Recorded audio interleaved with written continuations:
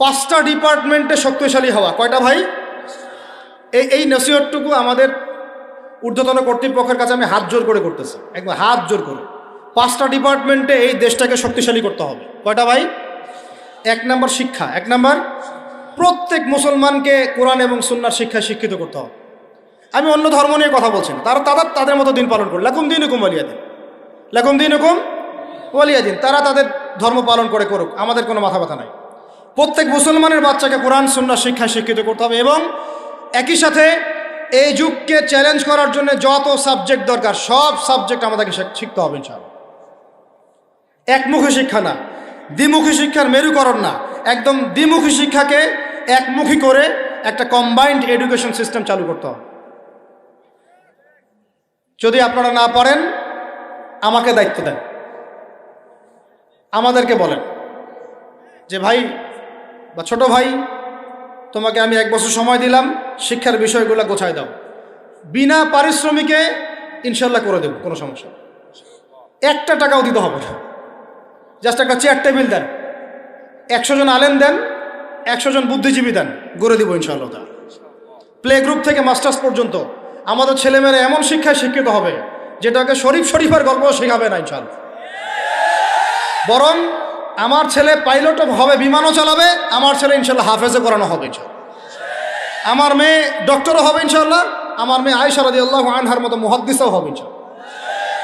আমাদের এক ভাই সে রাজনীতিবিদ হবে ইনশাআল্লাহ, জুমার খুতবাও দিতে পারবে ইনশাআল্লাহ। আল্লাহর কসম করে বলতেছি, এমন শিক্ষা চালু করা সম্ভব। শুধু আপনারা যদি একটু সৎসাহস দেখান, একটু উদ্যোগ গ্রহণ করেন, আল্লাহ পাক বহুত আজর দিবেন আপনাদেরকে। আল্লাহ পাক এই ওসিলায় আপনাদের সব গুনাহ মাফ করে জান্নাতও দিতে পারেন। আল্লাহর রাস্তায় আল্লাহর দিকে ফিরে আসেন। আমি আপনাদের সবচেয়ে শ্রেষ্ঠ বন্ধু, আমাকে শত্রু মনে করেন না। ইউসুফ আলাইহিস সালাম এক পর্যায়ে বলেছিলেন যে আমি যোগ্য, আমাকে দায়িত্ব দেন। মনে আছে আপনাদের? যখন সমাজে দুর্ভিক্ষের স্বপ্ন দেখলেন রাজা, রাজদরবারে গিয়ে তিনি বললেন যে দেখেন, আপনার স্বপ্নটা এমনি এমনি স্বপ্ন না, 7 বছর এখানে ফসল ফলবে, 7 বছর দুর্ভিক্ষ হবে। যদি আপনি আমাকে দায়িত্ব দেন, আমি ইনশাআল্লাহ এমন একটা অর্থ ব্যবস্থা প্রণয়ন করব যে ইনশাআল্লাহ এই দুর্ভিক্ষের কবল থেকে মানুষ বেঁচে যাবে। মানুষ বাঁচে নাই। এখানে প্রমাণ হয় একটা জিনিস, যখন দায়িত্ব নেয়ার যোগ্য কেউ দেখা যায় না, তখন যোগ্যদেরকে কথা বলতে হয়। যোগ্যদেরকে কি করতে হয়? কথা বলতে হয়। এখন দায়িত্ব দেখতেছেন না কাদের হাতে? একটা লোক, যে ব্যক্তি আল্লাহর অস্তিত্বেই বিশ্বাস করে না, সে কিতাব লিখতেছে, ওই কিতাব আমাদের সন্তান পড়তেছে। আমি নাম মেনশন করতে চাচ্ছি না। কিছু মানুষ যারা আল্লাহর অস্তিত্বেই বিশ্বাস করে না, তারা মনে করে মহাবিশ্ব সৃষ্টি হয়েছে বিগ ব্যাং থেকে, আল্লাহ সৃষ্টি করে নাই। ও ডিপার্টমেন্ট অফ হেড হয়ে বসে আছে ওখানে। আজকে ট্রান্সজেন্ডার ইস্যু আসছে জন্য আপনারা নড়েচড়ে বসতেছেন না। শিক্ষার যে দশা চলতেছে, আমরা ভয় করি যে আজকে থেকে 10 বছর যদি এমনভাবে চলতে থাকে, আল্লাহ মাফ করুক, আমার আশঙ্কা একটা প্রজন্ম গড়ে উঠবে, জীবনে বাপকে তো সালাম দিবেই না, সালাম কেমন করে শুদ্ধ করে দিতে হয় সেটাও শিখবে না কখন। ওই দিন যদি আপনারা দেখতে না চান, এখনই ব্যবস্থা গ্রহণ করেন। আমাদের কাছে ব্যবস্থা গ্রহণ করার কোনো ক্ষমতা নাই, ক্ষমতা আপনাদের হাতে আছে। আপনারা যদি এই ক্ষমতাকে আল্লাহর দিকে, আল্লাহর সন্তুষ্টির জন্য ব্যবহার করেন, আল্লাহ আপনাদেরকে আরো বড় করবে ইনশাআল্লাহ। যদি আল্লাহর জন্য এটা আপনার আল্লাহর জন্য ব্যবহার না করেন, এগুলোকে প্রশ্রয় দিতে থাকেন, বিশ্বাস করেন ভাই, ফেরাউন টিকতে পারে নাই, নমরুদ টিকতে পারে নাই, আদ জাতি টিকতে পারে নাই, সামুদ টিকতে পারে নাই, নুহের কওম টিকতে পারে নাই, কমে লুত টিকতে পারে নাই, কমে মাদিয়ান টিকতে পারে নাই, আসহাবুল আইকা টিকতে পারে নাই, মুসার কওম বনু ইসরাইল টিকতে পারে নাই। আমরা কোন ক্ষেত কি মূলা? আমরা কোত্থেকে আসলাম? আমরা এগুলো চালায় যাবো, আল্লাহ পাক আমাদেরকে একদম জান্নাতুল ফেরদৌস দিবেন এমনটা মনে করছেন? হাদিস কত চমৎকার, কত সুন্দর হাদিস। লাউ ইয়াহদি আল্লাহু বিকা রাজুলান ওয়াহিদান খায়রুল লাকা মিন হুমুরিন নাম। তোমার দ্বারা যদি একটা মানুষও আল্লাহর দিকে ফিরে আসে, আল্লাহওয়ালা হয়ে যায়, লাল উট কুরবানি করার চেয়ে বেশি নেকির কাজ। তোমার একটা দাওয়াতে যদি মানুষ আল্লাহর দিনের দিকে ফিরে আসে, ওই আমলকারীর সব নেকি তুমি পাবা। যদি একজন সৎ নেতা দাঁড়ায় যায়, বলে যে আমরা প্রাইমারি লেভেলেই ক্লাস 1 থেকে 5 পর্যন্ত যে সময়টুকু, এই সময়টুকুর মধ্যে আমাদের বাচ্চাদেরকে কোরআন তেলাওয়াত করা বাধ্যতামূলক করে দিলাম, সিলেবাসভুক্ত করে দিলাম, ওই নেতার উপর আল্লাহ রহম করবে ইনশাআল্লাহ। সে আছে, সে সাহসী নেতা। আমি আপনাদেরকে বলি যারা রাজনীতি করেন, কারণ আমার সাথে আপনাদের কোনো শত্রুতা নাই, আর আমি আপনার শত্রুও না, বরং বন্ধু। আপনারা যারা রাজনীতি করেন, এমন একটা নেতা খালি বের করে দেন, এমন একটা নেতা হয়ে যান খালি ওমরের মতো। আল্লাহ পাক তৌফিক দান করেন আপনাদেরকে, যে আপনারা যদি কোরআন শিক্ষাটাকে বাধ্যতামূলক করে দেন, নবীর হাদিস শিক্ষাগুলোকে বাধ্যতামূলক করে দেন, সিরাত নবীর জীবনী চর্চাগুলোকে বাধ্যতামূলক করেন উচ্চ মাধ্যমিক লেভেলে, দেখবেন এই ছেলেপেলেগুলো আর ওই ইয়াবাখোর হবে না ইনশাআল্লাহ। এরা ওই টিকটক, ফেসবুক আর ইয়াবি, পাবজি, ফ্রি ফায়ার নিয়ে পড়ে থাকবে না। এরা কিশোর গ্যাংয়ে যোগ দিবে না, এরা জেনা করবে না ইনশাআল্লাহ। এগুলো আপনি ঠেকাতে পারবেন না তো, জেনা ঠেকাতে পারবেন না এখন আপনি। এরা ফ্রি মিক্সিংয়ে চলে গেছে, সবার ফোনে ফোনে পর্ন দেখতেছে। ওরা বাচ্চাদেরকে ধরে ধরে রেপ করতেছে। এখন ছেলে মেয়ের আদমশুমারি যদি করতে পারেন, একটা কুমারিত্ব শুমারি করে দেখেন, 18 বছরের কম কত মেয়ের সতীত্ব নাই, 21 বছরের কম কত ছেলে সতীত্ব নাই, আপনি টেস্ট করে দেখতে পারবেন। এই হলো সমাজের অবস্থা। এখন চলতেছে সমকামিতা। সমকামিতা, আল্লাহর লুতের গজব নেমে আসবে, লুত আলাইহিস সালামের কওমের গজব নেমে আসতে পারে। আল্লাহ হেফাজত করেন আমাদেরকে। সমকামিতা বৈধ করে গিলিয়ে খাওয়ার জন্য ট্রান্সজেন্ডার চালু করতেছে এরা। ছেলে বাইর থেকে ছেলে, মনে মনে মেয়ে, মনটা চায় ছেলের সাথে যৌন সম্পর্ক করতে, নাউজুবিল্লাহ, অথচ বাইর থেকে একটা ছেলে। সমস্যাটা মানসিক না? 3 দিন টানা সকাল বিকাল কারেন্ট শর্ট দেন মাঠের মধ্যে, সব সমস্যা ঠিক হয়ে যাবে ইনশাআল্লাহ। 3 দিন, বাস 3 দিন থেরাপি দেন, ঠিক হয়ে যাবে। এগুলো প্রমোট করতেছে মিডিয়াতে বিভিন্ন নাটক দেখাচ্ছে, এগুলো দিয়ে ফেসবুকে এরকম ক্লিপ দেখানো হচ্ছে, মানুষ লিখতেছে, অধিকার চাচ্ছে। কোন যুগে আসলাম রে ভাই?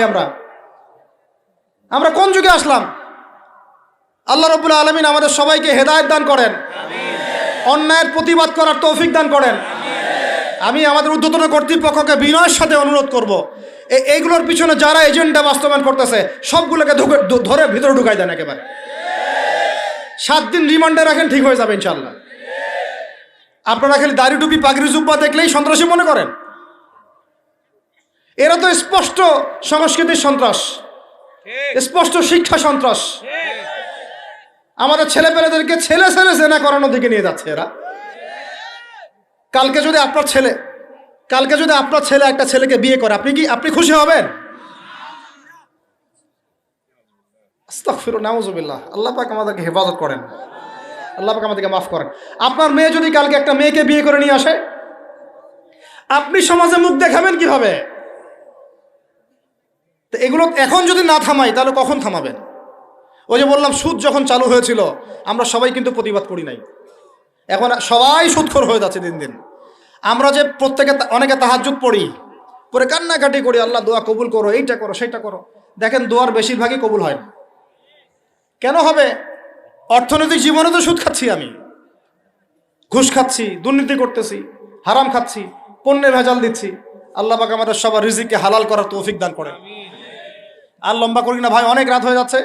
যে একটা বলেছিলাম যে আমাদের ডানে বামে সব বেষ্টিত, আপনি কিন্তু কোথাও যেতে পারবেন না, এখানেই বাঁচতে হবে, এখানেই মরতে হবে। অতএব আমি 5টা কথা বলছি, 5টা ডিপার্টমেন্টে এই জাতিটাকে শক্তিশালী করতে হবে। আল্লাহ পাক তৌফিক দান করেন। 1 নাম্বার শিক্ষা। 1 নাম্বার কি ভাই? এমন কোন শিক্ষা? শুধু একমুখী না, 2মুখী শিক্ষার সমন্বয়। কোনটা? কোরআন সুন্নাহও থাকবে, আবার জেনারেল শিক্ষাও থাকবে। আল্লাহ পাক তৌফিক এনায়েত করেন, আমিন। 2 নাম্বার অর্থনীতি। 2 নাম্বার কি? আমাদের অর্থনীতি এত শক্তিশালী করতে হবে যে আমাদেরকে যেন পশ্চিমাদের কাছে কখনো হাত পাততে না হয়। আমাদের কৃষি দিয়ে আমরা চলবো, ইনশাআল্লাহ। আমাদের যাকাত ভিত্তিক অর্থনীতি দিয়ে আমরা চলবো ইনশাআল্লাহ। আমাদের সত্যি এটা সোনার বাংলা, এটা সত্যি সত্যি সোনার বাংলা। আমাদের জমিতে এমন কোনো ফসল নাই ফলে না, তাই না ভাই? কৃষকের কাছে যে ফসলটা ফলে রুট লেভেল থেকে, ওইটা বাজারে আসতে আসতে 10 গুণ দাম বৃদ্ধি হয়ে যায়, সিন্ডিকেট হয় মাঝখানে। এগুলো বন্ধ করলে আমাদের উৎপাদন খেয়ে আমরা শেষ করতে পারবো না। আমাদের যে পরিমাণে ইলিশ মাছ হয় এটা আমরা খেয়ে শেষ করতে পারবো না। আমাদের সমুদ্রে যে পরিমাণ সম্পদ আছে না, এটা উঠাইলে আমাদের জাতির মাথাপিছু আরো বেড়ে যাবে। মাটির তলে গ্যাস আছে, আর যেখানে গ্যাস আছে তার মানে কি জানেন? তার মানে তার নিচে তেল আছে। আজকার কালগণ তেল পাওয়া যাবে, আর তেল পাওয়া গেলেই দেখবেন আমেরিকা এসে আঁকড়া কাটছে। ওদের কাজই এটা। তখন বলবে যে, তখন যেই সরকারে থাকুক বলবে সরকার ভালো না, ওখানে গণতন্ত্র কায়েম করতে হবে, আমাদেরকে যাইতে হবে। উদ্দেশ্য কিন্তু সরকার না, উদ্দেশ্য কি? তেল। এটাই তেল চোর, সারা বিশ্বের তেল চোরেরা। আর এই তেল নিয়ে নিয়ে নিয়ে নিয়ে কি করেছে জানেন না আপনারা? এগুলো বলতে গেলে অনেক কথা। নিজের দেশের নিচে বাংকার তৈরি করছে। এই বাংকারে কত গ্যালন গ্যালন তেল যে রিজার্ভ করা আছে আপনি জানেন না। বলি নাহলে মানে আপনারা বুঝবেন না। এটা একটা কাগজ, এটা কি? এটা ছাপাইতে কি লাগছে? একটা কাগজ লাগছে, একটা কালি লাগছে, আর একটা ছাপাখানা লাগছে, দ্যাটস অল। ঠিক আছে? আচ্ছা, মনে করেন এটা কাগজ না, এটাকে নাম্বার দিয়েছি 100, একটা 1 চোখ 8 করছি, একটা লোকের ছবি দিয়েছি, এটা হয়ে গেছে এখন ডলার। কি হয়ে গেছে ভাই? ডলার। এই ডলার নিয়ে গিয়ে আমি আরবের শায়েখদেরকে বলেছি যে তেল যদি বিক্রি করতে হয় তাহলে ডলারেই করতে হবে, তেল বিক্রি করতে হলে এই ডলারেই করতে হবে। তো আরবের শায়েখরা বলেছে ঠিক আছে, রাজি। কুল্লু খালাস ইয়া হাবিবি, ওরা বলেছে হ্যাঁ ঠিক আছে, আমরা শুধু তোমাদের কাছেই তেল কিনবো, আর কারো কাছে তেল কিনবো না। শুধু তোমাদের গলফ কান্ট্রির কাছেই তেল কিনবো, আর কারো কাছে তেল কিনবো না। আর তোমরা শুধু ডলারে তেল কিনবা, অন্য কোনো কারেন্সিতে তেল কিনতে পারবা না। টাকা দিলে তেল দিবে না, রুপি দিলে তেল দিবে না, লিরা দিলে তেল দিবে না। যতক্ষণ আপনি এই ডলারটাকে মানে ওই আপনার টাকাটাকে ডলারে কনভার্ট না করছেন ততক্ষণ পর্যন্ত তেল দিবে না। এই যে চুক্তিটা হলো, এই চুক্তিটা হয়েছে বাদশাহ ফয়সালের ইন্তেকালের পরে, সরি বাদশাহ ফয়সালের যুগে।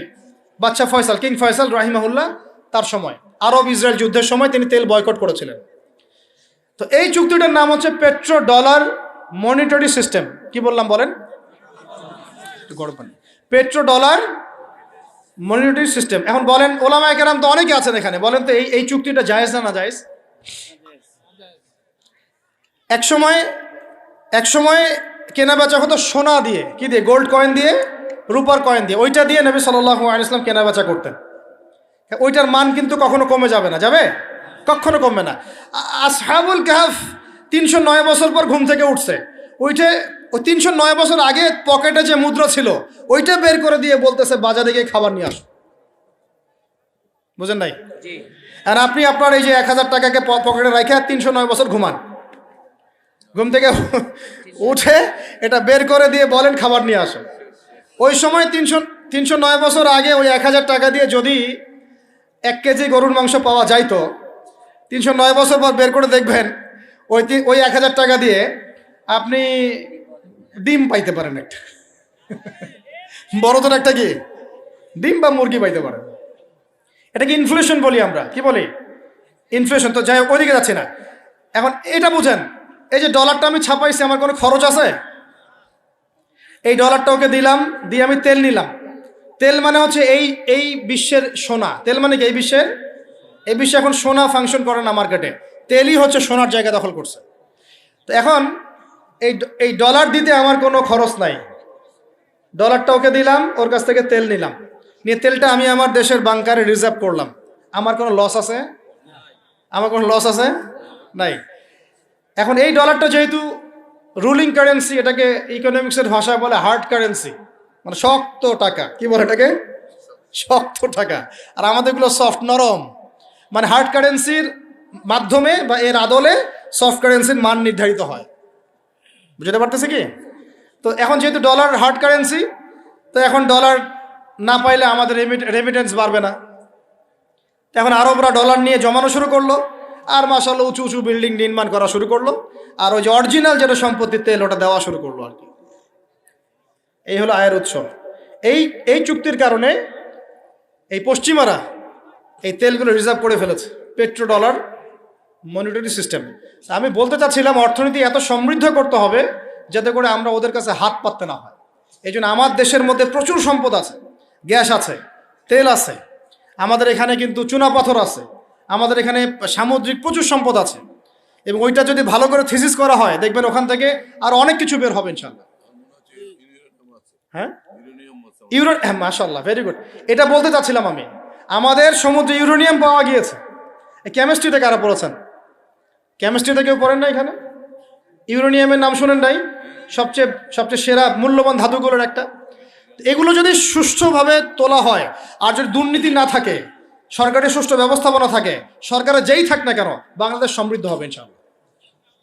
এরপর আবার কৃষি আছে। আমাদের জমি মানে সোনা, যা ফলাবেন তাই ফলবে এখানে, যা ফলাবেন। সৌদি খেজুর পর্যন্ত চাষ হচ্ছে এখন এখানে। চিন্তা করা যায়, চিন্তা করা যায়। মাছ, আমাদের বলে না মাছে ভাতে বাঙালি, এই মাছ খেয়ে আমরা শেষ করতে পারতাম না। আমরা তো আমাদের শত্রু নিজেরাই। মাছকে আপনি ফরমালিন দিয়ে নষ্ট করছেন, খাদ্যে আপনি ভেজাল দিয়েছেন, বাজারে আপনি সিন্ডিকেট করে দাম বাড়াইছেন। আমাদের গার্মেন্টস শিল্প, যে পোশাকগুলো আমরা নির্মাণ করি, এগুলো আমাদের পরে শেষ করতে পারতাম না আমরা। এগুলো এখন বেশিরভাগই বাইরে যাচ্ছে। তো অনেক প্রবলেম। এই জিনিসটা এক কথায় উত্তর হচ্ছে, যদি আমরা অর্থনীতি সমৃদ্ধ করতে না পারি, আগামী বিশ্বকে আমরা চ্যালেঞ্জ করতে পারবো না। উপরে যে বা যারাই থাকেন তাদের সাথে আমাদের কোনো দ্বন্দ্ব নাই। আমাদের একটা আহ্বান, উদাত্ত আহ্বান, করজোর অনুরোধ, শিক্ষার সাথে সাথে অর্থনীতি সমৃদ্ধ করার চেষ্টা করতে হবে। এর পথে বাধা কি তাহলে? এর পথে বাধা হচ্ছে দুর্নীতি। বাধা কি বলেন? এই একটা অভিশাপ জাতির উপর থেকে না সরাতে পারলে এই সোনার বাংলা আমরা করতে পারবো না ভাই। 50 বছর থেকে আমরা পারতেছি, কিন্তু প্রয়োজনের তুলনায় এটা যথেষ্ট না, যথেষ্ট না। আমাদের টপ টু বটম সবাই দুর্নীতির সাথে কম বেশি সম্পৃক্ত হয়ে যাচ্ছে। আল্লাহ পাক আমাদের সবাইকে হেফাজত করেন। এগুলো অন্যের সম্পদ আত্মসাৎ করলে পরে আল্লাহ ইবাদত কবুল করবেন না। আল্লাহ পাক আমাদের সবাইকে সৎ হওয়ার তৌফিক দান করেন, সততা বজায় রাখার তৌফিক দান করেন। আর 3টা জাস্ট পয়েন্ট বলে শেষ করে দিব। 3 নম্বর পয়েন্ট হচ্ছে, আমাদের যুব সমাজকে নিয়ে সত্যিকার অর্থেই একটা কর্মমুখী পরিকল্পনা প্রণয়ন করতে হবে। আমাদের অন্যতম একটা সমস্যা হচ্ছে বেকারত্ব। সমাজের যুবকরা দেখেন না, যে জেনারেশনটা যুদ্ধ করেছিল আমাদের বাংলাদেশের মাটিতে, এই জেনারেশনটা কি তারা পারবে? ওদের কি সেই ফিটনেস আছে? ওদের সেই কি প্রশিক্ষণ আছে? ওদের কি সেই খাদ্যাভ্যাস আছে? ওদের কি সেই চেতনা আছে? আমি তো নিজেও ইংলিশ মিডিয়ামে পড়েছি। আমাদের ব্যাকগ্রাউন্ডে এমন অনেক স্টুডেন্ট ছিল যারা ভাষা দিবস, শহীদ দিবস নাম ওটা কবে সেটা বলতে পারে না। 7ই মার্চ কি হয়েছে তারা জানে না। 16 ডিসেম্বর কি দিবস ওরা জানে না। এরকম বহু আপনি স্কুল জরিপ করেন, বহু English medium, English version school আছে, ওরা জানে না এগুলো কি। ওরা এগুলো পড়ে না, জানে না। সংস্কৃতির কথা বলি, ভাষার কথা বলি, গৌরবের কথা বলি, এগুলো আমাদের গৌরবের জায়গা। কিন্তু আপনি দেখেন প্রত্যেক মোড়ে মোড়ে হিন্দি গান বাজতেছে, বাংলা গান কয়জন শুনতেছে? নজরুল নাই, হারাই গেল। নজরুলকে হারাই ফেললাম, জসিমউদ্দিনের কবিতা হারাই গেল,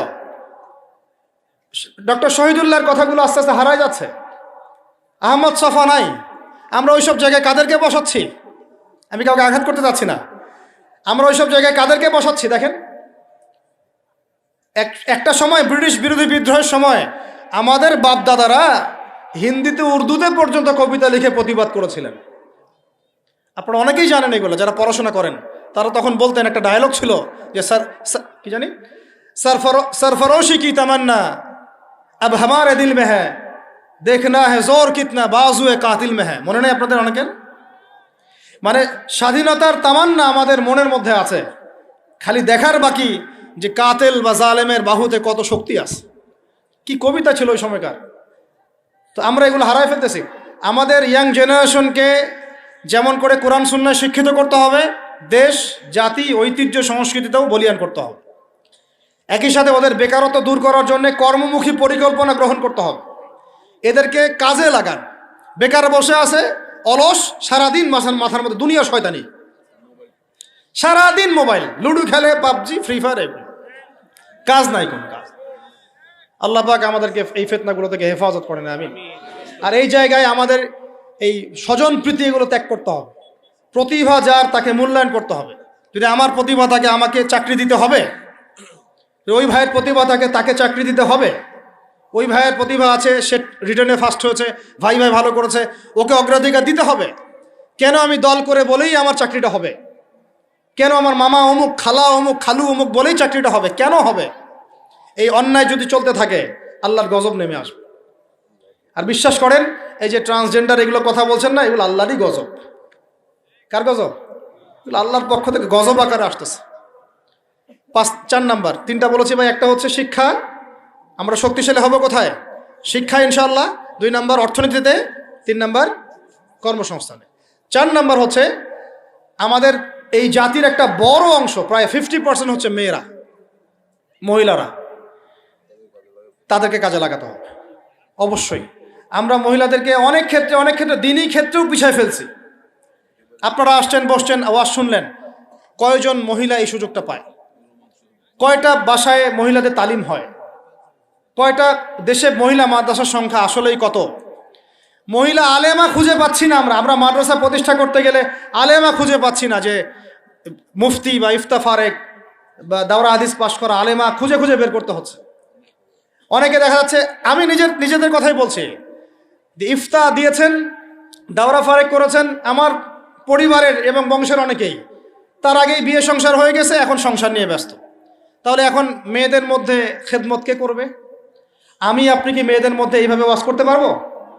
ওদেরকে সামনে নিয়ে বসতে পারবো? ওদের সমস্যাগুলিকে আমরা সলভ করতে পারবো? তাহলে আপনার বোনকে দায়িত্বটা পালন করতে হবে, আপনার মেয়েকে বা আপনার স্ত্রীকে। তো সেক্ষেত্রে তো আমরা সেরকম স্ত্রী, সেই মেয়ে, সেই জেনারেশন তৈরি করতে পারছি না। অনেক আলেমের স্ত্রী পর্যন্ত দুনিয়াদার হয়ে গেছে এখন, সোনা দানা, গয়না গাটি, ভ্রু প্লাক, ফ্যাশন এগুলো করতেছে। হ্যাঁ, তো এগুলো থেকে আমাদেরকে বের হয়ে আমাদের স্ত্রীদেরকেও খাদিজা আয়েশা রাদিয়াল্লাহু আনহুমা তাদের মতো করে দ্বীনের পথে সহযাত্রী বানাতে হবে। আল্লাহ পাক তৌফিক দান করেন। আল্লাহ পাক আমাদের এই পুরো মা বোনদেরকে হেদায়েত করেন, তাদেরকে খাস পর্দায় থাকার তৌফিক দান করেন ইনশাআল্লাহ। আমাদের এই যুবকরাই সোনার বাংলা করবে ইনশাআল্লাহ, ইনশাআল্লাহ তাআলা।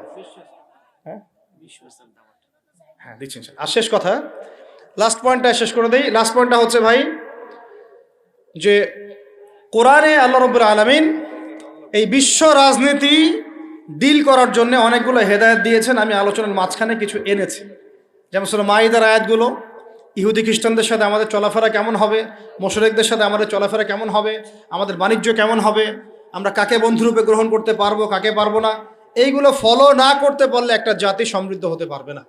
তখন আমরা কিন্তু সবাই মিলে এইভাবে প্রতিবাদ করি নাই। আজকে যখন তারা একটা জিনিসকে প্রতিষ্ঠা করার চেষ্টা করতেছে ওদের স্বার্থে, ইসলামের বিপক্ষে, এখন আমাদের অনেকে টনক নড়তেছে যে আরে এ কি হচ্ছে, আমাদের মুসলমানদের বাচ্চারা এগুলো কি শিখতেছে। সমস্যা হচ্ছে আমরা সমস্যা আসলে শুরুতে বোঝার মতো ওই নূর, বাসিরা, হিকমা আমাদের এখনো পয়দা হয়নি। যখন শেষে গিয়ে একদম কি বলে ওটাকে, মাঝপথে গিয়ে যখন দড়িয়ে যখন নৌকা ডোবা শুরু করে, তখন আমাদের হুঁশ ফিরে, আরে কি হচ্ছে। তো আল্লাহ পাক আমাদেরকে বিজয় দিবেন, এটা প্রতিশ্রুতি দিয়েছেন। যে একটা নিয়ে কথা বলতে গেলে ভিতরে চলে গেছে। আমার সমস্যা এটাই, আলোচনা করতে গেলে একটু বেশি ভিতরে চলে যাই, পরে আর বেরোতে পারি না। আপনারা কি আলোচনা বুঝতে পারতেছেন? আল্লাহ পাক আমাদেরকে প্রতিশ্রুতি দিয়েছেন যে তোমরা দুশ্চিন্তাগ্রস্ত হয়েও না, তোমরা টেনশন করো না, ভয় পেও না, হীনবল হয়েও না, আনতুমুল আ'লাউনা, তোমরাই বিজয়ী হবে এই দুনিয়াতে এবং আখিরাতে, তোমরাই বিজয়ী হবে ইন কুনতুম মুমিনিন, যদি প্রকৃতপক্ষে মুমিন হয়ে থাকো। আমাকে বলেন, যারা আজান শুনেও নামাজে যায় না, এরা কি মুমিন? বলেন। আপনি মনে করছেন আমি জুমার নামাজ তো পড়ি, ঈদের নামাজ তো পড়ি। এমনও হতভাগা মানুষ আছে পৃথিবীতে যাদের নামাজ প্রথমবার তারা নামাজ পড়ে জানাজার নামাজ, আছে না ভাই? আল্লাহ পাক আমাদের সবাইকে 5 ওয়াক্ত নামাজি হওয়ার তৌফিক দান করেন, এবং কাজা নামাজ অনেকের আছে, আল্লাহ পাক সেগুলো আদায় করার তৌফিক দান করেন। আপনারা যখন হজ উমরা সফরে যাবেন, বেশি বেশি সেখানে নামাজ পড়বেন, কারণ ওখানে 1 রাকাত নামাজ হারাম শরীফে পড়লে 1 লক্ষ রাকাতের নেকি হয়, আর মদিনা মুনাওয়ারায় পড়লে, মানে হারামে পড়লে 1000 নেকি হয়। আর এই দুইটা আমরা খুব ভালো জানি, মিম্বরে আলোচনা হয় খুব, মাশাআল্লাহ, তাই না? তো নসিহত হচ্ছে ওখানে গিয়ে আমরা বেশি বেশি নামাজ পড়বো, নফল নামাজ, ঠিক আছে? কাজা নামাজগুলোও হিসেব করে আদায় করার চেষ্টা করবো ইনশাআল্লাহ। তবে হাদিসে আরেকটা জায়গা আছে, ওইটা আমরা ভুলে গেছি। আরও একটা মসজিদ আমাদের আছে ভাই, যেখানে 2 রাকাত নামাজ পড়লে জীবনের সব গুনাহ মাফ হয়ে যায়। ওইটা আমাদের পাঠ্যপুস্তকে নাই, আমাদের চেতনায় নাই, আলোচনায় নাই, মিম্বরে নাই, খুতবায় নাই। সেই মসজিদ কোথায়? ওই মসজিদ কি আমাদের না ইহুদিদের? কি মনে হয় আপনাদের? ওই আল-আকসা কি আমাদের না ওদের? ওইখানে 2 রাকাত নামাজ পড়লে, সফর করে 2 রাকাত নামাজ পড়লে জীবনের সব গুনাহ মাফ হয়ে যাবে। ওইখানে আমরা এখন ঢুকতে পারি না। কারো কোনো ফিকির আছে? ইয়াংদেরকে বলতেছি ভাই, লেকচারগুলো আমাদের বেশিরভাগই ইয়াংদের জন্য। যে এই যে সেলফি, এই শোডাউন, একজন বক্তাকে আপনি দেখতে চান, ইসলামী সেলিব্রিটিজম, এগুলো যে চালু করেছি আমরা, এইগুলো দিয়ে দিন আল্লাহর জমিনে কায়েম হবে না। এগুলো ভালোবাসা মহব্বতের নিদর্শন না। সত্যি সত্যি যদি আমাদেরকে আপনারা মহব্বত করে থাকেন, এমনভাবে নিজেকে গড়েন যাতে বাইতুল মুকাদ্দাস জয় করতে পারেন। ওই দিন বুঝবো যে আপনারা আমাদেরকে মহব্বত করেন, আমাদের কথা শুনেন, মানেন, বুঝেন। এমন একটা জামা আমাদেরকে করতে হবে যার একজন নেতা থাকবে, একটা নেতা, একদম সামি'না ওয়া আতা'না, শুনলাম মানলাম, এমন নেতা। এত ইখতিলাফ, এত বিভক্তি চলবে না। মানে বিভক্তি, ইখতিলাফ থাকতে পারে মাসলা মাসাইলের ব্যাপারে, ফিকহি ব্যাপারে, কিন্তু এই এত দলীয় বিভক্তি থাকা যাবে না। এক টেবিলে আলেমদেরকে বসতেই হবে। আলেমরা যদি এক টেবিলে না বসে ঐক্যের দৃষ্টান্ত স্থাপন না করতে পারে, জনগণ ঐক্যবদ্ধ হতে পারবে না। বাংলাদেশের সবচেয়ে বেশি দরকার এখন ওলামায়ে কেরামের ঐক্য। আমরা যারা ছোটরা আছি, আমাদের মূল কাজ এখন এইটাই, আমরা এটাই ফিকির করি কিভাবে আলেমদেরকে একটা জায়গায় বসানো যায়। আলেমরা যদি ঐক্যবদ্ধ হতে পারেন, জনগণ একদিকে ফোকাস করে চলতে পারবে ইনশাআল্লাহ। এবং তাদের মধ্যে যদি একজন আমির নিযুক্ত করা হয় এবং তার কথা যদি আমরা সুরাভিত্তিক মেনে চলি, ইনশাআল্লাহ বাংলাদেশ কেন, পুরা বিশ্বে দিন কায়েম করা সম্ভব। আমরা এই দিক থেকে আমরা মোটামুটি 20-30 বছর পিছায় আছি এখনো। বুঝতে পারছেন না আমার কথা? এই দিক থেকে দেখেন, আল্লাহ নবী সাল্লাল্লাহু আলাইহি ওয়াসাল্লাম মক্কাতেও সাহাবীদের মধ্যে কখনো বিভক্তি হতে দেন নাই। একজন নেতা, তার আন্ডারে সব সাহাবীরা বায়াত করে আছেন হাতে হাত রেখে, ব্যাস যা বলবেন তাই। ডানে যাইতে বলে ডাইনে, বামে যাইতে বলে বামে। মার খাচ্ছেন, যদি নবীজি বলেন হিজরত করে চলে যাও, হিজরত করে চলে গেল আবিসিনিয়ায়, তাই না? আর যদি নবীজি বলেন সবর করো, সাবরান আলা ইয়াসির ফাইন্নামা ওয়াইদাকুমুল জান্নাহ, সবর করো, তোমাদের জন্য জান্নাত, সবর করতেছেন, মার খাচ্ছেন, তাও কোনো কথা বলতেছেন না। এইরকম সামি'না ওয়া আতা'নার জেনারেশন না থাকলে দিন কায়েম হয় না, যেটা আমাদের বিগত 50 বছর আমরা করতে পারি নাই। এটাই সত্য কথা। এটা করার জন্য সবার আগে আমাদের মনের হিংসা দূর করতে হবে। কি দূর করতে হবে? মনের হিংসা দূর করতে হবে, মনের অহংকার দূর করতে হবে, নিজেকে ছোট মনে করা শিখতে হবে। আমি ছোট মানুষ, বড়রা যে দায়িত্ব দিবেন সেটা পালন করব। আলেম ওলামার সহবতে থাকব, তাদের পরামর্শ চলব, আমাকে যেভাবে গাইড করেন সেভাবে চলব, যখন যে দায়িত্ব আসবে সেটা পালন করব। চিন্তা এরকম না থাকলে আপনি চলতে পারবেন না, বিদ্রোহী হয়ে যাবেন তখন। বেয়াদবি, এই যে প্রথম একটা কথা বলছি, বেয়াদবি। আমরা অনেকেই বড় বড় বরেণ্য আলেমদের সাথে বেয়াদবি করছি, তাদের মানিজ্য হানি করছি। অনলাইনে লাইভে চলে আসলাম, একটা কথা বলে দিলাম, একটা পোস্ট দিয়ে দিলাম, ভাবছি আমি ইসলামের বড় উপকার করে ফেললাম। আদতে আমি বিশৃঙ্খল একটা অবস্থা ছিল, আরও বিশৃঙ্খলতা বাড়ালাম। আমি কাছাকাছি তো আনতেই পারলাম না। কিছু মানুষের কাজ দেখলে মনে হচ্ছে যে তাদের একটাই কাজ। কি একটাই কাজ? অনলাইনে একটা একটা করে আলেম, একটা একটা করে বক্তা, একটা একটা করে দায়ীর নাম ধরে ধরে সমালোচনা করা। এটা করে আপনি দিনের কি উপকারটা করতেছেন? এই কাজগুলো করে আপনি দিনের কোন জায়গায় খেদমতটা করতেছেন বলেন? এতে করে মানুষের দিন সম্পর্কে, সেই আলেম সম্পর্কে, সেই বক্তা সম্পর্কে, সেই ওস্তাদ সম্পর্কে, সেই ইসলামী দল সম্পর্কে কি ভালো ধারণা সৃষ্টি হচ্ছে না খারাপ? আমরা যদি প্রশ্ন করি যে আপনি নিজের চেহারাটা একটু আয়নায় দেখেন না, আপনার ভিতরে কি কোনো দোষ নাই? আপনি কি এই উম্মার নেতৃত্ব দেওয়ার যোগ্যতা অর্জন করেছেন? কতগুলো কিতাব পড়েছেন? কি ডিগ্রি অর্জন করেছেন? কতটুকু সার্টিফিকেট অর্জন করেছেন? কতটুকু তাস্কিয়া অর্জন করেছেন? কতটুকু আপনি নূর অর্জন করতে পারলেন? কতটুকু বাসিরা আছে আপনার? কয়টা মসজিদ করেছেন? কয়টা মাদ্রাসা করেছেন? কয়টা ইসলামিক সংগঠন করলেন? কয়টা কিতাব লিখলেন? কয়টা লেকচার দিলেন? আপনি নিজে কি করলেন দিনের জন্য? এই চিন্তাটা করা দরকার নাই যে আমি নিজে কি করলাম দিনের জন্য? ও কি করলো, ওর কি খেদমত, ওর কি দোষ, ওর কি ত্রুটি, এইগুলোর চর্চায় আমরা ব্যস্ত হয়ে আছি এখন। এই একটা কারণে আমাদের ওলামায়ে কেরামদের মধ্যে ঐক্য হচ্ছে না, দুর্ভাগ্যজনকভাবে। কারণ আমরা একটা শ্রেণী আলেমদের ইজ্জত ধোয়ার পিছনে লেগে গেছি। একজন আলেম না এটা ভুল করছে ভাই, আলেম মানুষ তো, কেন বেয়াদবি করতে হবে আপনাকে? কেন আপনাকে একটা সেশন করতে হবে? কেন একটা এটা করতে হবে, সেইটা করতে হবে? চুপ করে থাকেন আপনি।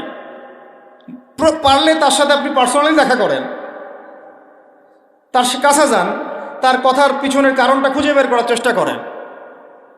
ইসলামের খেদমত এগুলো হচ্ছে না, তো ওইদিকে যেতে যাচ্ছি না। একটা রিকোয়েস্ট করবো আপনাদেরকে যে আমরা সবাই একটা দায়িত্ব কাঁধে নেই, যে এই উম্মতকে বিজয়ী করার জন্য আমারও কিছু দায়িত্ব আছে।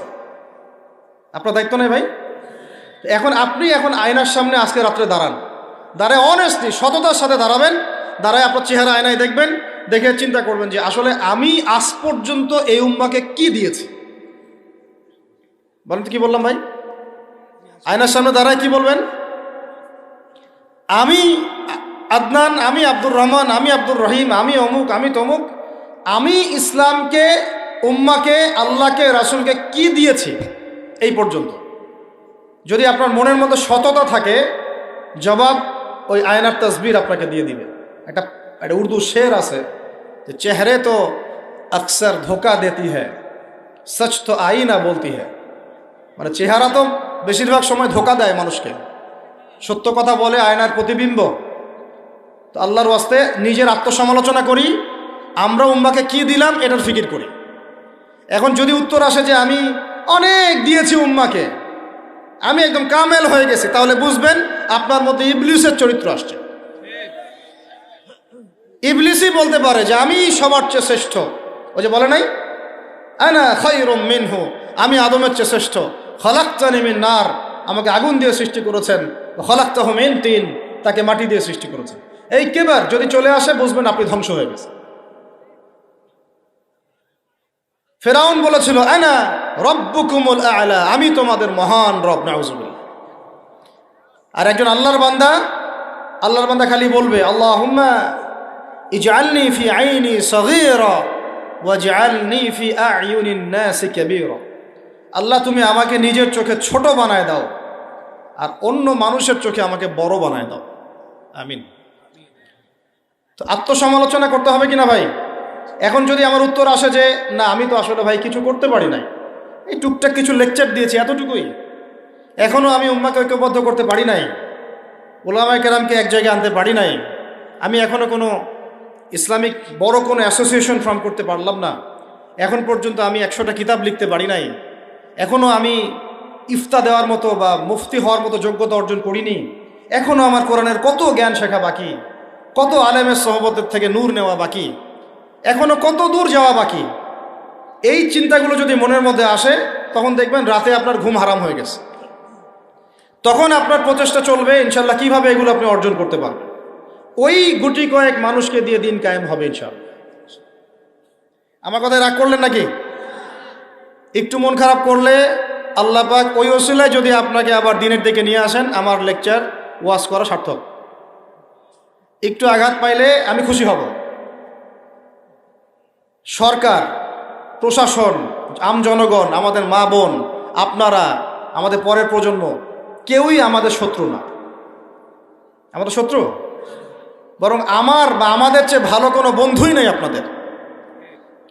আমার বা আমাদের চেয়ে ভালো কোনো বন্ধু নাই আপনাদের। যারা আছে এদের ব্যাপারে একটা স্টেটমেন্ট বলে দিই আমি, যে তুঝ জैसा दोस्त हो तो दुश्मन की कोई जरूरत नहीं। ওইরকম বন্ধু যদি থাকে তাহলে দুশ্মনের কোনো দরকার হবে না। এই বিশ্বে যারা পশ্চিমাদেরকে বন্ধু বানাইছে ওদের কোনো দুশ্মনের দরকার নাই। একদম খোলামেলা বললেন, ইসরায়েলের সাথে যারা আতাত করেছে ওদের দুশ্মনের দরকার নাই। পশ্চিমা আমেরিকাদের সাথে যারা বন্ধুত্ব করে চলছে এতে দুশ্মনের কোনো দরকার নাই। দেখে নিন, এদের চরিত্র হচ্ছে এরা একটা মুখ নিয়ে আপনার সামনে আসবে, ওদের একটা স্বার্থ পিছনে থাকবে, ওই স্বার্থ উদ্ধার করার জন্য বন্ধুর বেশে আপনার সামনে আসবে। এরপর স্বার্থ উদ্ধার করা শেষ, আপনার গর্দান নামাই দিবে। তারপরে বিশ্বাস করতেছেন না? আমরা ওদেরকে চিনি, কারণ আমরা আল্লাহর কিতাব পড়ি রে ভাই।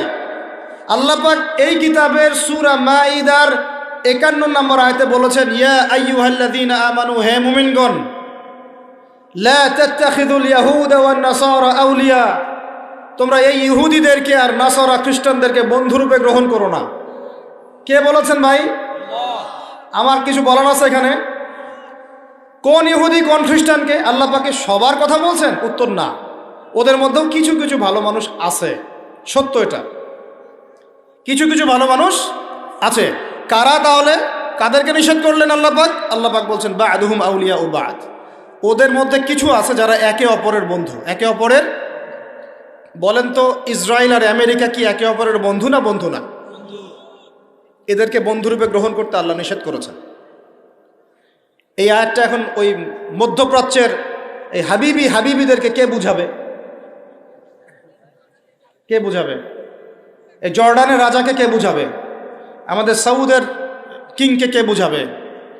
লেবাননকে কে বুঝাবে? এই যে গলফ কান্ট্রিদেরকে কে বুঝাবে যে আল্লাহ পাক বলেছেন ইহুদি এবং খ্রিস্টানদের মধ্যে যারা একে অপরের বন্ধু, এদেরকে আমরা বলি জায়নিস্ট। কি বলি? জায়নিস্ট, মানে জায়নবাদী। এরা জায়নিস্ট মুভমেন্ট চালু করেছে সারা ওয়ার্ল্ডে। এদের উদ্দেশ্য হচ্ছে হোলি ল্যান্ডটা দখল করা, মানে ওই নীলনদ থেকে ইউফ্রেটিস পর্যন্ত দখল করে ওইখানে দাজ্জালের শাসন কায়েম করা, এটা ওদের লক্ষ্য। এই একটা লক্ষ্যেও আগাচ্ছে।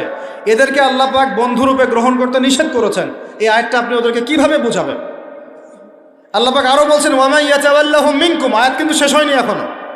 আল্লাহ পাক বলছেন ওয়ামা ইয়াতাওয়াল্লাহুম মিনকুম, তোমাদের মধ্যে হে মুমিনরা কেউ যদি ওদের দিকে মুখ ফিরাও, মানে ওদেরকে অ্যালায়েন্স রূপে গ্রহণ করো, ফাইন্নাহু মিনহুম, তুমি তখন তাদের অন্তর্ভুক্ত হয়ে যাবে। নাউযুবিল্লাহ।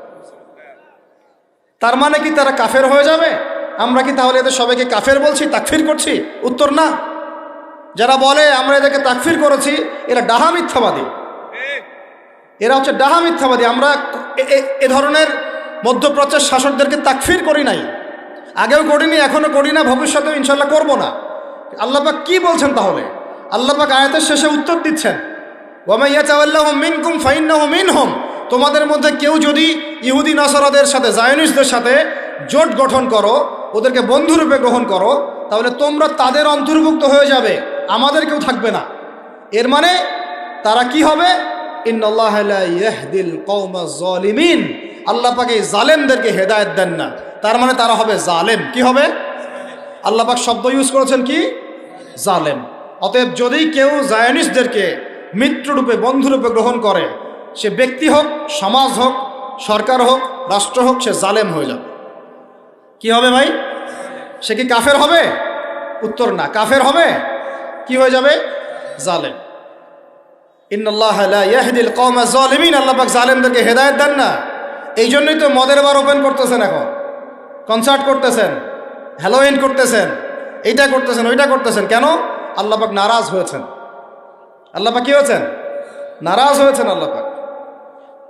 এখান থেকে ফিরে না আসলে আল্লাহ পাক ধরবেন। তো এখান থেকে আপনি বুঝতে পারছেন যে পুরো বৈশ্বিক প্রেক্ষাপটে আমাদের অবস্থাটা কি। আরও একটা আয়াত আছে, এটা সূরা বাকারায়, এটা আরো মারাত্মক। এটা আল্লাহ পাক তার নবীকে বলছেন যে ওয়ালান তারদা, ভালো করে শোনেন যুবকরা, আল্লাহ পাক বলছেন ওয়ালান তারদা। আপনারা হয়তো অনেকে গ্রামার জানেন না, যারা মাদ্রাসা ব্যাকগ্রাউন্ডে তারা জানে, বুঝবেন। এখানে এমন একটা কথা বলা হচ্ছে যে কখনোই তারা সন্তুষ্ট হবে না। ওয়ালান তারদা আনকাল ইয়াহুদা, নাকি ইয়াহুদ, কি ওয়ালান তারদা আনকাল ওয়ালান তারদা আনকাল ইয়াহুদ ওয়ালান নাসারা হাত্তা তাত্তাবিআ মিল্লাতাহুম। কি কঠিন কথা, কি স্পষ্ট কথা। আমরা কি আল্লাহ পাককে তাফসির শিখাইতে যাব? আমরা কি আল্লাহ পাককে তাউইল শিখাইতে যাব? আমরা কি আল্লাহকে ব্যাখ্যা শিখাইতে যাব? আল্লাহর কালামের স্পষ্ট কথার কোনো ব্যাখ্যার দরকার নাই। এটা তো আয়াতুল মুহকামাত, এটা তো মুতাশাবিহাত আয়াত নয়। আল্লাহ পাক বলছেন ওয়ালান তারদা, কোশ্চিন কালেও সন্তুষ্ট হবে না, আনকা হে নবী তোমার উপরে। কারা সন্তুষ্ট হবে না? আল ইয়াহুদ ওয়ালান নাসারা, ইহুদি এবং নাসারা, এরা কোশ্চিন কালেও তোমার উপরে হে নবী সন্তুষ্ট হবে না। হাত্তা তাত্তাবিআ মিল্লাতাহুম, যতক্ষণ না তুমি ওদের মিল্লাত, ওদের ধর্ম গ্রহণ করছো।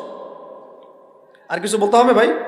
হ্যাঁ, আপনি যদি এখন ওদের শিক্ষা, ওদের সংস্কৃতি, ওদের রাজনীতি, ওদের বিশ্ব রাজনীতি, ওদের কূটনীতি, ওদের মানে যা যা আছে, ওদের যা কিছু আছে দর্শন, এগুলোর সামনে আত্মসমর্পণ করেন, বলেন হ্যাঁ এগুলো খুব ভালো, আমরা এগুলো মেনে নিচ্ছি, হ্যাঁ তোমরা আমার দোস্ত বন্ধু, ওরা আপনার কোনো ক্ষতি করবে না, কোনো ক্ষতি করবে না।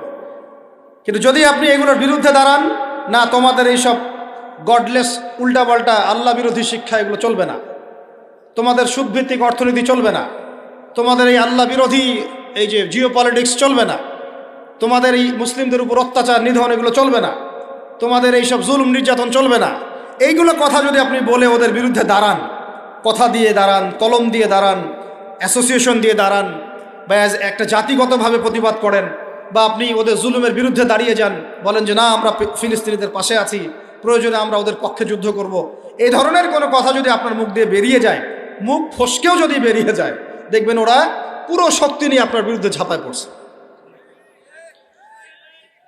বুঝতে পারেন নাই মনে? আর কেমনে বললে বুঝবেন আমার জানা নাই, এর চেয়ে আর খোলামেলা কোনো কথা বলা সম্ভব না। এই হলো কোরআনের কথা। আরো আছে, আরো বলি একটা, নিতে পারবেন তো? এই আয়াতটা নিতে পারবেন তো? আল্লাহ নেওয়ার তৌফিক দান করেন। কোরআনের কিছু আয়াত আছে সবাই নিতে পারে না।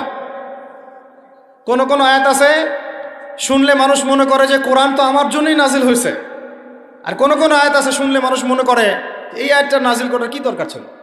নাউযুবিল্লাহ। এখন এই যুগ চলতেছে, সব মানতে রাজি, কিসের পর্দা? পর্দার কি দরকার? সব মানি কোরআনের, জাকাত ভিত্তিক, কিসের জাকাত? জাকাত দেওয়ার কি দরকার? সব মানি, চোরের আবার হাত কাটতে হবে কেন? মানবতা বিরোধী কাজ। সব মানি কোরআনের, ব্যভিচার করলে রজম কেন করতে হবে? এটা তো বর্বর মধ্যযুগীয় আইন। কথা বুঝতে পারে না?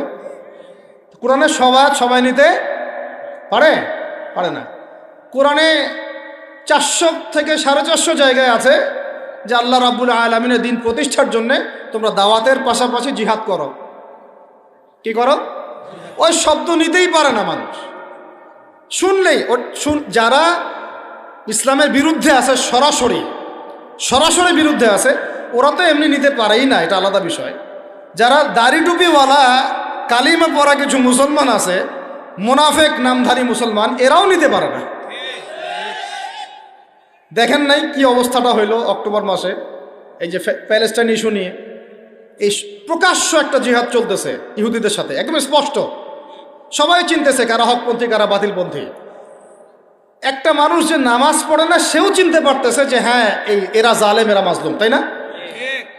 প্রশাসনের 98% ভাই এটাই বিশ্বাস করে যে ইসরায়েল জালেম, এই ফিলিস্তিনের ভাইরা মাজলুম। অনেক ভাইয়ের সাথে আমাদের দেখা হয়, কথা হয়, চা খাই। আল্লাহ পাক তো একটা জায়গা দিয়েছেন আলহামদুলিল্লাহ মহব্বতের। তারা বলে যে হুজুর, যদি সত্যি আমাদের সুযোগ থাকতো, বা আমাদেরকে যদি আল্লাহ পাক সুযোগ দিতেন, বা ওইরকম কোনো নেতা আমাদের থাকতো, আমরা সবার আগে গিয়ে ওখানে যুদ্ধ করতাম। তা আমাদের দেশের প্রশাসনের লোকজন বলেছে। কথা বুঝতে পারতেছেন? কিন্তু মুসলমান নামধারী, আলেম নামধারী কিছু দাড়ি টুপিওয়ালা বুঝতে পারলো না যে ওই ভাইরা মাজলুম আর এরা জালেম। এরকম চলমান তাজা একটা জাজল্যমান ইস্যুতেও ঘুরিয়ে ফিরিয়ে ইনিয়ে বিনিয়ে ইসরায়েলের পক্ষ নেওয়া শুরু করল। এটা নিয়ে বলতে বলতে আমি ক্লান্ত হয়ে গেছি, আর আমি এগুলো বলতেও চাই না, আমার লজ্জা লাগে। এদের বিরুদ্ধে দু একটা কথা বলতে আমার এনার্জি লস হয় এবং লজ্জাও লাগে। নির্লজ্জ শ্রেণী, নির্লজ্জ। দেখেন সিরাজউদ্দৌলার নাম শুনেছেন? বেচারা পরাজিত হয়েছে। বেচারা কি হয়েছে? কিন্তু লড়াই করে পরাজিত হয়েছে। মীর জাফরের নাম শুনেছেন? ও বেটা ব্রিটেনের হাত ধরে জয়লাভ করেছে, জয়লাভ করে মসনদেও বসেছে, কিন্তু কিয়ামত পর্যন্ত মানুষ গাদ্দারদেরকে মির্জাফর নামে ডাকে। কথা বুঝতে পারেন নাই? তো সবসময় দুনিয়ার সাফল্য, দুনিয়ার বিজয়, দুনিয়ার আধিপত্য সবকিছু না। জনগণ সব বুঝে এখন। বাংলাদেশের ইয়াং জেনারেশন স্পেশালি, তারা অনেক পড়াশোনা করে এখন, বুঝে, আলেমদের সাথে থাকে। হক বাতিল এভাবে আপনি আলাদা করতে পারবেন না। হককে বাতিল, বাতিলকে হক বানাইতে পারবেন না। ইনশাল্লাহ হক হকের জায়গায় স্পষ্ট থাকবে, বাতিল বাতিলের জায়গায় স্পষ্ট থাকবে। এই সময়গুলোতে মানুষ বলেছে যে যে ভাইরা শিশু হত্যার প্রতিবাদ করতেছে, বোনদের ইজ্জত নিধনের প্রতিবাদ করতেছে, বোম্বিংয়ের প্রতিবাদ করতেছে, এদের আকীদা ঠিক নাই, এদের মানহাজ ঠিক নাই, এরা সঠিক মুসলমান না। এরকম অবস্থায় মানুষ বলেছে আইয়ুবী রাহিমাহুল্লাহ যখন আক্রমণ করে বাইতুল মুকাদ্দাস জয় করেছিলেন, উনারও আকীদা মানহাজ ঠিক ছিল না। এরকম অবস্থায়ও মানুষ বলেছে বাংলাদেশের মাটিতে বসে দাড়ি টুপিওয়ালা পাগড়ি জুব্বা নিয়ে বলেছে যে হামাস এটা বিচ্ছিন্ন জনগোষ্ঠী এবং ওই নাকি অপরাধী, সক্ষমতা নাই, কেন সে যুদ্ধ করতে গেল। বলেছে যে হামাসকে সৃষ্টিই করেছে নাকি ইসরায়েল। তো এই হলো অবস্থা। না এদের আকীদার কোনো সঠিক জ্ঞান আছে, না সত্যিকারের মানহাজের সঠিক জ্ঞান আছে, আর না ইতিহাসের কোনো সঠিক জ্ঞান আছে। হামাস সৃষ্টি হয়েছে 1994 সালের দিকে। কত সাল বলেন? 1989 থেকে 92 সালের মধ্যে একটা চুক্তি হয়েছিল। আমি তো বলি আমার সামনে বসান, আর বসতে চাইলে অনলাইনে বাহাসের কথা বলে, তো অনলাইনে না, যদি পান আপনারা ধরে নিয়ে আমাদের মাদ্রাসায় নিয়ে আসবে। ধরে কি করবেন? আমাদের মাদ্রাসার সামনে বসায় দিবেন। অনলাইনে কোনো বাহাস হয় না, অফলাইনে হবে, সামনাসামনি। কিতাব যত কিতাব আছে নিয়ে আসুক, সমস্যা নাই, কিন্তু অনলাইনে না। হবে কোথায়? অফলাইনের সামনাসামনি, টেবিল থাকবে, দুই দিকে দুজন বসবে। প্রয়োজনে প্রশাসন থাকবে, প্রয়োজনে আমাদের আরও বড় বড় ওলামায়ে কেরামরা থাকবেন, তারা এখানে এটাকে জাজ করবেন। এই যে কথাটা বলল, হামাসকে সৃষ্টি করেছে কি ইসরায়েল। আমি শুধু অর্থনীতি নিয়ে পড়ি নাই, আমরা 6টা সাবজেক্ট নিয়ে পড়ছিলাম ইউনিভার্সিটিতে। আমাদের ফ্যাকাল্টির মধ্যে 6টা সাবজেক্ট মেইন ছিল, মেজর। একটা হলো ফিলোসফি, একটা হলো ইংরেজি, একটা অর্থনীতি, একটা এই গ্লোবাল অ্যাফেয়ার্স মানে জিও পলিটিক্স, যেটাকে আমরা জিও পলিটিক্স বলি, আর একটা হচ্ছে হিস্ট্রি, আর একটা হচ্ছে পশ্চিমা দর্শন। যে পশ্চিমা দর্শনের এতগুলো কথা আমরা বলি, এমনি এমনি বলি না, আমরা জানি ওদের দর্শনের মধ্যে কোথায় কুফর আছে, কোথায় শিরক আছে। এখন ইতিহাস আপনাকে ছোট্ট করে বলতেছি। 1989 সালে একটা চুক্তি হয়েছে ফিলিস্তিনের সাথে। এই চুক্তিটার নাম 89 থেকে 92 এর মধ্যে, এই চুক্তিটার নাম হচ্ছে অসলো শান্তি চুক্তি। বলেন কি বললাম? এই চুক্তিটা সাধারণ ফিলিস্তিনি যারা তাদের ভূমি ফেরত চায়, যারা ইসরায়েলের পতন চায়, যারা এই জুলুমের বিরুদ্ধে দাঁড়িয়ে আছে, ওরা মেনে নেয় নাই। তো যারা মেনে নেয় নাই, পরবর্তীতে তারা এই হামাস নামক সংগঠনটা তৈরি করেছে। এটা সশস্ত্র অবস্থান, ওদের দুইটা অংশ আছে, একটা আল কাসাম ব্রিগেড, আর একটা হচ্ছে দাওয়ার জন্য। কিছু মানুষ দাওয়াতের মেহনতে থাকে, কিছু মানুষ সশস্ত্র যুদ্ধ করে। এটা উড়ে এসে জুড়ে বসে নাই। এরা বিগত প্রায় 75 বছর থেকে ধাক্কা সহ্য করতে করতে করতে করতে আজকে বাধ্য হয়ে জায়গায় আসছে। একটা কিতাব বাজারে আসবে ইনশাল্লাহ, আপনারা দোয়া করেন যেন কিতাবটাকে মানে সবচেয়ে সেরাভাবে যেন আল্লাহ পাক আনার তৌফিক দান করেন। এর নাম হচ্ছে হুরমাতুল আকসা। কি নাম? আল্লাহ পাক যেন তৌফিক দান করেন, আমিন। একদম বিগত 5000 বছরের ইতিহাস আপনাকে দিয়ে দিব ইনশাল্লাহ। কত বছর? 5000 বছর পুরাতন ঘটনা আল আকসা। কত বছর ভাই? 5000 বছর। ওইটা ইব্রাহিম আলাইহিস সালামের হিজরতের জায়গা। ওখান থেকে ইয়াকুব আলাইহিস সালামের ছেলেরা মিশরে আসছে। ওইখান থেকে মুসা আলাইহিস সালামের যুগে তারা আবার গিয়েছে আল আকসা দখল করতে। ওইখানে আমালেকা সম্প্রদায়ের সাথে জিহাদ হয়েছে। তালুতের বাহিনীর মধ্যে দাউদ ছিলেন, তিনি জালুতকে পরাজিত করে ওইখানে ইসলামী খেলাফত কায়েম করেছিলেন 40 বছর। তারপরে আসছে সুলাইমান আলাইহিস সালামের 40 বছর। তারপরে ওদেরকে নেবুজাত নেজার বের করে দিয়েছে। তারপরে ঈসা আলাইহিস সালাম আসছেন, ঈসা আলাইহিস সালামকে তারা মানে নাই। আল্লাহ পাক আবার নির্যাতন শাস্তি দিয়েছেন টাইটাসের হাতে, রোমান সেনাপতি টাইটাসের হাতে। তারপরে এরা মদিনায় গিয়ে আক্রাগারে বনু কুরাইজা, বনু কাইনুকা, বনু নাজিরে, খায়বারে এদেরকে আল্লাহ নবী যুদ্ধ করে বের করে দেন। পরে এই 1250 বছর ইসলামী খেলাফতে ওরা জীবনেও বাইতুল মুকাদ্দাসে ঢুকতে পারে নাই। এই 1914 সালে এসে ঢুকছে। কত সালে? 5000 বছরের ইতিহাস তো ভাই আমি 5 মিনিটে বলতে পারবো না, সংক্ষিপ্ত করে বুঝালাম যে 1250 বছর তারা বাইতুল মুকাদ্দাসের আশপাশেও ঘেঁষতে পারে নাই। এই ব্রিটিশদের সহযোগিতা নিয়ে ঢুকেছে 1914 থেকে 18-র মধ্যে, প্রথম বিশ্বযুদ্ধ চলাকালীন, যখন ওসমানীয়রা ব্রিটিশদের বিরুদ্ধে ছিল। ওসমানীয়দেরকে পরাজিত করে ওরা এই জায়গাটা দখল করেছে।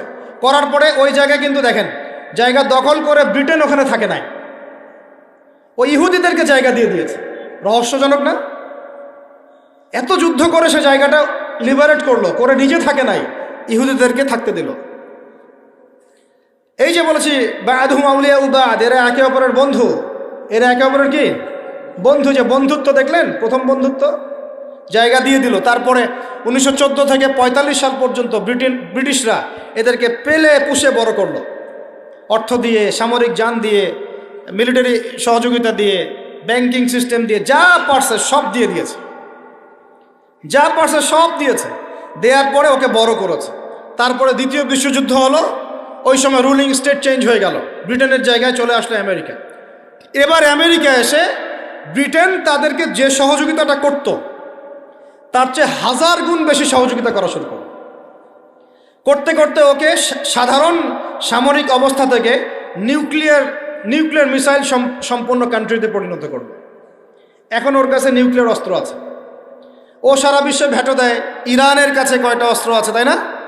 ইরান পারমাণবিক কর্মকাণ্ড চালাচ্ছে নাকি, ওই দেশ করছে নাকি, সেই দেশ করছে নাকি, ও কিন্তু জীবনে বলে না যে তার কাছে কয়টা পারমাণবিক অস্ত্র আছে। বলে? কখনো বলছে? আর এই কোরআন আল্লাহর কিতাবই আমাদেরকে বলেছেন, আল্লাহর কিতাবে আল্লাহ পাকই আমাদেরকে বলেছেন যে ওয়াইদু লাকুম মাস্তাতা'তুম মিন কুওয়া, তোমরা শক্তি অর্জন করো। কি অর্জন করো? তোমরা মুসলমানদেরকে আল্লাহ বলেছেন তোমরা শক্তি অর্জন করো। শক্তি অর্জন করলে কি হবে?